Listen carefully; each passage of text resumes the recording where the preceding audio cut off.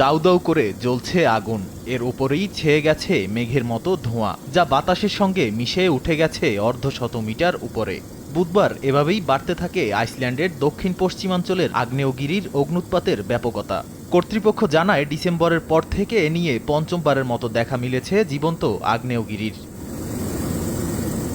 এদিকে ভূগর্ভে জমে থাকা ম্যাগমার কারণে আগেই সতর্কতা জারি করেছে আইসল্যান্ড কর্তৃপক্ষ। বলা হয়, রাজধানী রেকজাভিকের দক্ষিণের কিছু এলাকায় দেখা দিতে পারে নতুন আগ্নেয়গিরি। ক্ষয়ক্ষতি এড়াতে এরই মধ্যে নিকটবর্তী গ্রিনডাভিক শহর এবং ব্লু লেগুন স্পা সেন্টার থেকে পর্যটকদের সরানো হয়েছে।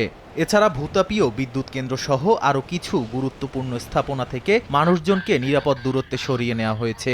বিদ্যুৎ বিচ্ছিন্ন করা হয়েছে ২.৫ কিলোমিটার এলাকার। তবে স্থানীয় ক্লেফাভিক আন্তর্জাতিক বিমানবন্দর এখনও চালু রাখা আছে বলে জানায় কর্তৃপক্ষ।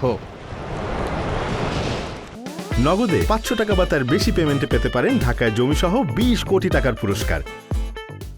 মাত্র কদিন আগেই এই রিগজেন্স উপদ্বীপে দীর্ঘ ৮ সপ্তাহ ধরে জ্বলে একটি আগ্নেয়গিরি। এরপরেই প্রায় ৩.৫ কিলোমিটার এলাকা জুড়ে আবারও সৃষ্টি হলো নতুন আগ্নেয়গিরির। দেশটির দুর্যোগ বিভাগ বলছে, ৪ লাখ বাসিন্দার দ্বীপরাষ্ট্রটি যে প্রতিকূলতার মুখোমুখি হচ্ছে তা কয়েক দশক ধরে কিংবা কয়েক শতক ধরে চলতে পারে। আইসল্যান্ডে পৃথিবীর দুটি বৃহত্তম টেকটনিক প্লেটের সীমানা থাকায় এ অঞ্চলকে বলা হয় মিড আটলান্টিক রিজ। বর্তমানে দেশটিতে মোট ৩৩টি সক্রিয় আগ্নেয়গিরি রয়েছে। নাদিম মারজান, সময় সংবাদ।